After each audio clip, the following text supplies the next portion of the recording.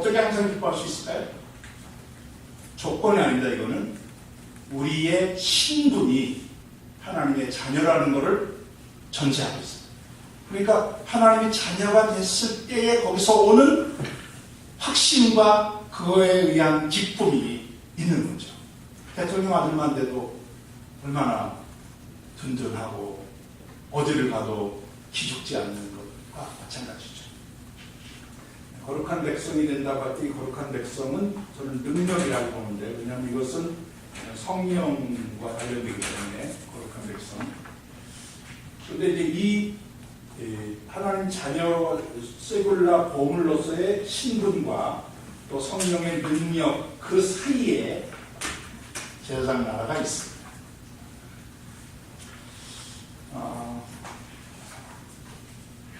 제가 이것을 강조하는 이유는 바로 이러한 이사야를 통해서 이스라엘을 설득하는 이 논쟁이 후반부의 전체 기조가 되기 때문에 그렇습니다. 자, 그러면은 내용을 제가 드린 자료를 여러분들이 활용하시면 되겠고, 거기에 이제 여호와 종의 노래가 나와 있고, 거기에도 여전히 그 마지막에 이방인들을 초청하는 그런 내용이 들어 있습니다. 마지막 58장에서 66장을 보면 미래의 영광에 대한 것이 제시가 되어 있는데, 이것은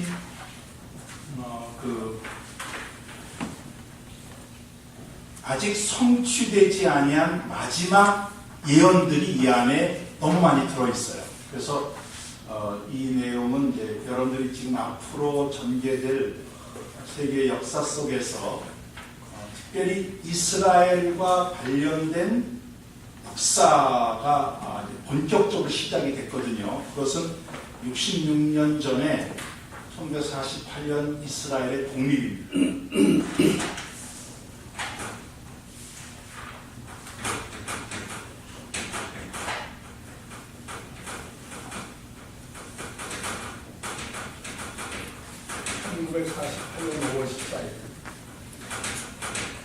이스라엘 독립이에요. 그런데 이것과 함께 영적 회복이 시작됩니다. 그건 60년대. 1960년대에 미국에서 히피 운동이 벌어집니다. 이 히피 운동은 우리가 생각하는 대로 퇴폐 운동이 아니고 당시에 너무 세속화되어가는 소위 그 가치관이 무너지는 미국 사회, 서구 사회를 향한 젊은이들의 저항 운동입니다.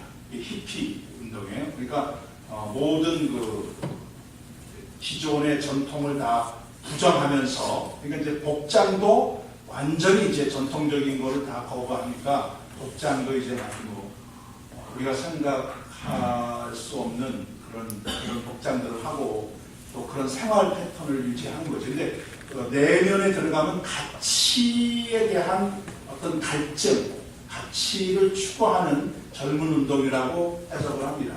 근데 그 히피 운동 속에서 시작된 게 지저스 무브먼트입니다. 예수 운동이라는 건데, 젊은 청년들 사이에서 복음을 받아들이는 그런 이제 운동이 벌어져요.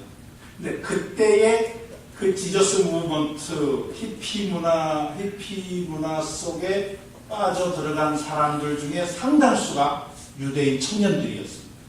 근데 그들이 복음을 받아들이기 시작합니다. 그래서 60년대부터 소위 말하는 메시아닉 유대인, 이 메시아닉 유대인은 유대인들인데 예수를 믿는 유대인들을 말합니다.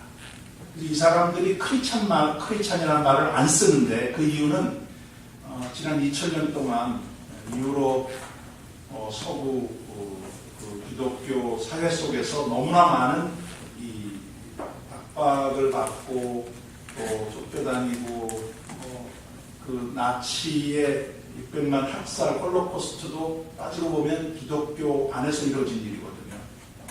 유럽 기독교 안에서. 그러니까 기독교에 대한 강한 감정적 거부가 있어요. 그러니까 이제 그 크리스찬이라는 말을 쓰면 전도가 안 되는 거예요. 유대인들 사이에서. 그러니까 메시아닉 주, 메시아닉이라는 말은 예수를 메시아로 믿는다 그런 뜻입니다. 그래서 메시아닉 유대인 교회가 뭐 믿는 내용은 우리가 믿는 것하고 거의 같습니다. 예수를 구세주로 믿는 거죠.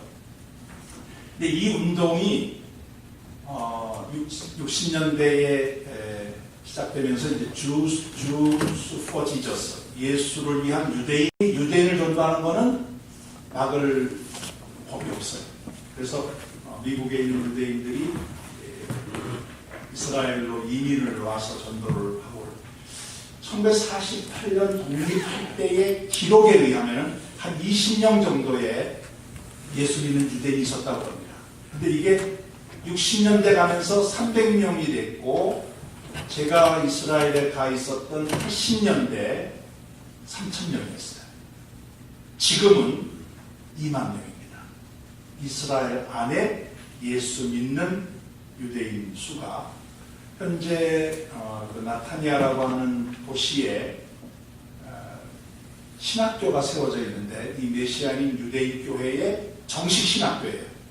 이스라엘 칼리지 오브 더 바이블인데 거기에 지금 공부하고 있는 학생이 150명입니다. 대단한 그 성장이죠. 20년마다 매 20년마다 1000%의 성장을 했습니다. 이거는 어느 교회에서도 어느 지역교회에서도 없는 급성장이고 지속적인 급성장이에요.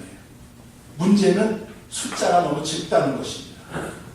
그러나 이 숫자가 계속해서 늘어날 거라고 지금 전망을 하고 있어요. 저는 이 두 가지, 이스라엘의 독립이라는 정치적 회복과 또 메시아닉 유대인 운동이라고 하는 영적 회복이 함께 병행된다는 데에 중요한 포커스가 있다고 봅니다. 여기에서 하나님의 관심은 어디에 있을까? 하나님의 관심은 영적 회복이죠. 온 이스라엘이 예수를 믿음으로 구원받게 하는 여기에 관심이 있으시다고 보는데 그거를 위해서 정치적인 독립을 섭리하셨다고 저는 믿어요. 근데 많은 사람들이 요거는 빼놓고 요것을 하나님의 전적인 역사라고 강조하는데 지금 문제가 있습니다.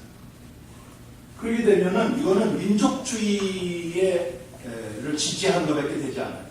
그러나 우리는 민족주의가 아니고 이거를 지지하면 그 주변에 있는 어떻게 또 아랍인들을 어떻게 우리가 대할 것인가에 고민이 생겨요. 그러나 영적 회복에 포커스를 둔다면은 하나님께서 이것을 회복하기 위해서 이스라엘을 독립시키는 소위 그릇을 만들어 주셨다 하는 것으로 갈 수 있습니다. 지금 이 뒷부분 58장부터 66장에 나오는 마지막 정말 이루어질 사건들은 지금 이스라엘 독립과 영적 회복이라고 하는 여기와 밀접하게 연관이 되어 있다고 하는 점을 제가 말씀드리기 위해서 지금 이 말씀을 드리고 있습니다. 제가 결국은 이 시간 활용을 제대로 잘 못해서 이 내용을 다 다루질 못한 거 죄송하게 생각을 하는데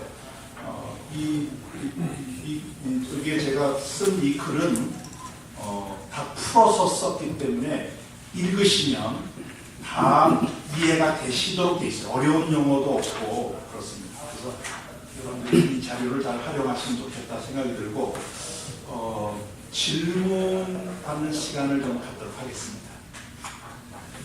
좋은 질문은 강의보다 훨씬 낫더라고요. 질문을 좀 해주시면 제가 성의껏 답변을 드리도록 하겠습니다.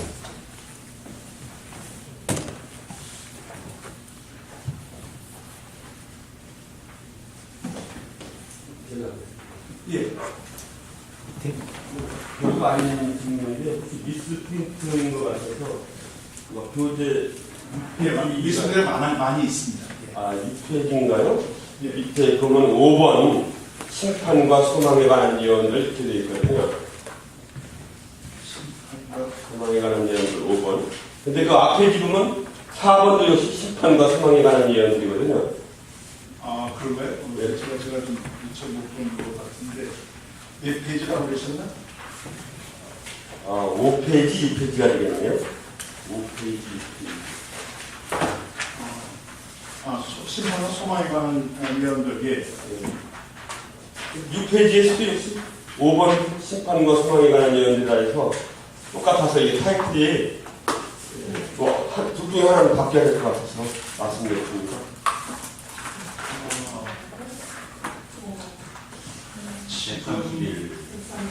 예, 그거는 같은 내용이기 때문에 그렇게 붙인 것 같은데 지금 그거는 그러니까 이게 내용이 그 타이틀을 붙이면 둘이 같은 타이틀을 붙일 수 있는 그래서 그런 반복이라고 보시면 돼요.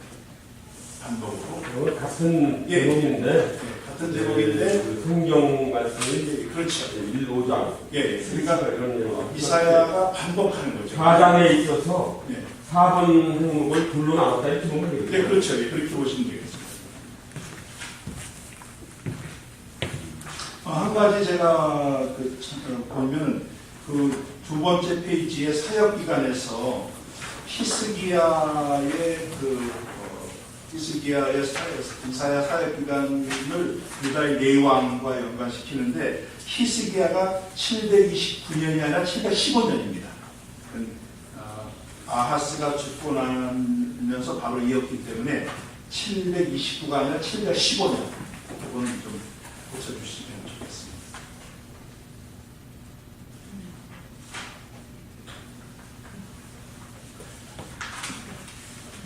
또 다른 질문 있으신가요?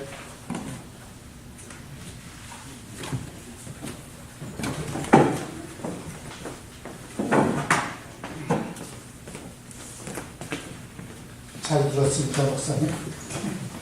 질문이 없어서 하나만 더 드리겠습니다. 히스기야가요, 병들어서 바벨론 사신이 왔는데 그 보물창고하고 있는 것을 보여준 게 그렇게 나라를 멸망시킬 정도로 잘못한 거예요. 왜냐하면 사람들이 왔을 때 모든 사람들한테 자기 자신을 좀 자랑하잖아요. 나는 이런 사람이고 나는 뭐가 있다.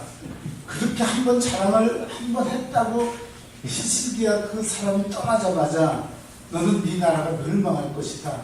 그리고 또 두 번째 문제는 내 때에 그런 것이 이루어지지 않으니까 괜찮다고 얘기하거든요. 그것도 왕으로서 그런 얘기를 할 수가 있을까? 그거 좀 이상하더라고요. 그걸 어떻게 해석을 해야 돼요? 있는 그대로 받아주셔야죠. 충분히 그럴 수 있다고 보고요. 우리가 그러니까 이제 예수님께서 그 얘기 하시잖아요. 돼지에게 진주를 던지지 말라 그런 것처럼 이제 같은 거기에 적용할 수 있을지 모르겠지만은 적군에게 자기들의 어떤 그 속 내용을 보여준 거는 뭐 예를 들어서 우리 지난번에 북한에서 이제 3명의 고위층이 왔잖아요. 그랬을 때 데리고 다니면서 국방부의 모든 작전지를 다 보여주고 또 무기고를 보여주고 그렇게 하지 않지 않습니까? 이쪽에 이제 우리가 지켜야 될 어떤 이거를 보여주는 교만한 것도 있고 자랑을 한다고 하는 거가 그런 것도 있죠. 왜냐하면 우리 형제들이 또 이제 뭐 형제들이 살다 보면 뭐 조금 좀 낮게 사는 형제도 있고 그렇지 않은 형제도 있고 그런데 만날 때마다 좀 어려운 형제들을 도와줄 생각은 안 하고 그냥 자기들 그 있는 채만 하고 그러면 상처 얼마나 받겠어요. 그런 것처럼 이제 이 절제랄까 이런 차원으로 보면 되지 않겠나 싶습니다. 그런 점에서 이 시시기아가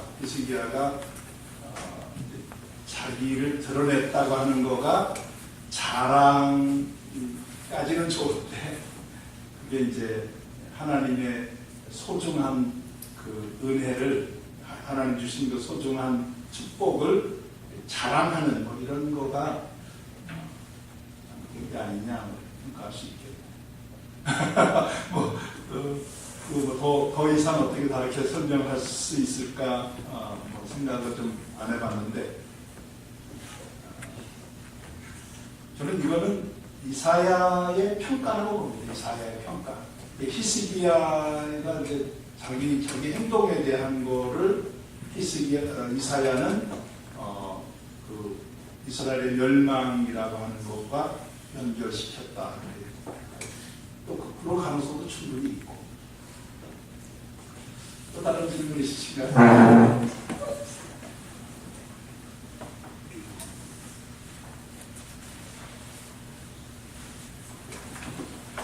그러시면은 그 마지막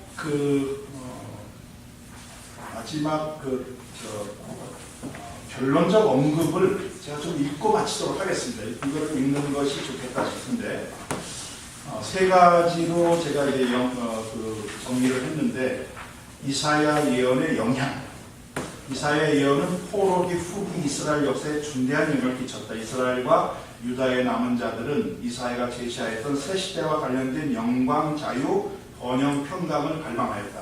이 예언들은 스룹바벨과 여호수아, 학개스가랴, 말라기, 에스라, 느헤미야의 역동적인 지도 아래 새로운 신정 정치를 확립하려는 의욕을 구축시켰다. 그럼에도 불구하고 시온의 완전한 회복은 아직 현실과는 거리가 멀었다. 그런 점에서 이사야의 예언은 이사야 시대와 포로기 이후의 제2성전 시대를 넘어 이 제2성전 시대라는 것이 두 번째 성전이 지어지고 로마에게 70년에 그 로마에 의해서 파괴가 되거든요. 그게 이제 예수님 이후죠. 그때까지 스룹바벨이 성전을 재건한 게 주전 515년입니다. 주전 515년에서 주후 70년까지의 요 기간을 제2성전 시대라고 합니다. 넘어 새하늘과 새 땅이 이루어질 마지막 종말까지 이어져 있다. 이사야의 예언은 당시대를 향한 하나님의 구원 계획을 구체적으로 제시하면서도 그 구원의 완성은 마지막 종말의 시대까지 연결되어 있다. 이사야의 예언은 그의 이름 그대로 여호와의 구원으로 요약된다. 경건한 자들은 하나님의 평강과 의와 사랑과 정의의 신실성을 당장이라도 경험할 수 있겠지만 한편으로는 하나님 나라 그 정한 때에 완전하게 확립될 것임을 역사 속에서 고대해야만 한다. 그 구원이라는 말이 히브리어로 예수와인데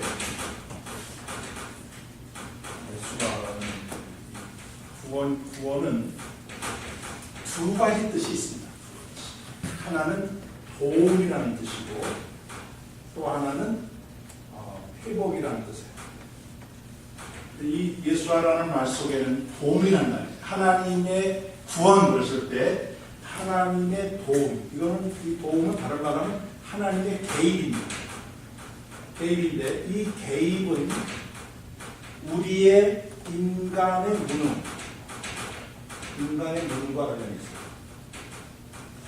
있어요. 이 인간의 무능, 그러니까 출애굽 구원을 보면 이스라엘은 아무것도 할 것이 없거든요. 할 수가 없습니다. 애굽의 노예 상황에서 그렇게 하나님의 전적인 개입이죠.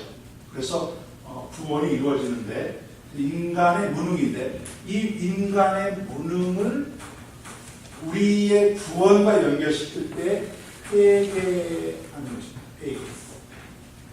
그러니까 우리가 하나님 앞에 나의 무능을 고백하는 게 회개예요. 그게 어떻게 가능할까요? 우리는 못합니다.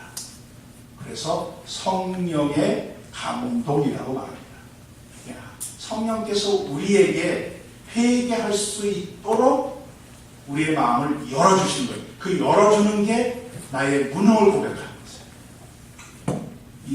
이러면 내가 가지고 있는 재력, 내가 가지고 있는 실력, 내가 가지고 있는 지위, 이런 것들이 자꾸 우리를 덮어 씌우거든요. 이거를 딱 벗어던지는, 이게 가능합니까? 성령의 역사죠. 그래서 인간의 무능과 회복이 뭐냐? 저는 아까 제가 여러 차례 말씀드렸는데 이 회복은 원형의 회복입니다. 원형. 이 원형을 성경에서는 하나님의 형상이라고 얘기합니다. 우리가 하나님 형상대로 지음을 받은 거죠. 그리고 우리에게 하나님께서 하나님의 고유한 가능성의 핵을 주셨어요. 그것이 회복되고 있습니다. 그래서 우리가 하나님께서 주신 우리의 그 사명 은사가 살아나는 이 회복은 하나님 원형에 대한 회복이다. 거기에 이제 제사장 나라라고 하는 그것도 원형에 속하는 것이죠. 그래서 여러분들이 구원을 이야기할 때 그런 그다음에 이제 이 구원은 개인 구원도 중요하지만은 하나님의 역사적 하나님 역사의 구원, 이게 이제 소위 종말에 관한 거죠. 하나님 역사가 마지막을 향해서 가는, 거기에 이제 우리 개인적인 구원이 함께 접목되는 이런 거라고 봐야 되겠습니다. 그리스도의 구원과 이사야인데 비번은 예수 그리스도의 삶이 이사야의 예언을 근거로 설명되는 것은 그리 놀라운 것이 아니다. 복음은 곧 예수 그리스도가 이사야가 전한 약속들의 성취임을 전하는 복된 소식이다. 그러니까 이 신약 성경을 보면 이사야서가 계속해서 인용되고 있습니다. 그러니까 이사야가 전한 그 약속들을 성취한 게 그리스도다. 그리스도의 대속에 권하는 이사야가 전한 종에 관한 예언들의 성취다. 예수 그리스도의 현재와 미래 사역을 통해 주님께서는 하나님 나라를 이 땅에 확장하시면서 그 나라 백성을 돌아보시며 세상 압박으로부터 그들을 구원하고 만물을 새롭게 하는 한 계획을 실행하고 계신다. 이사야의 예언은 모든 면에서 예수 그리스도의 과거, 현재, 미래 사역과 관련된다.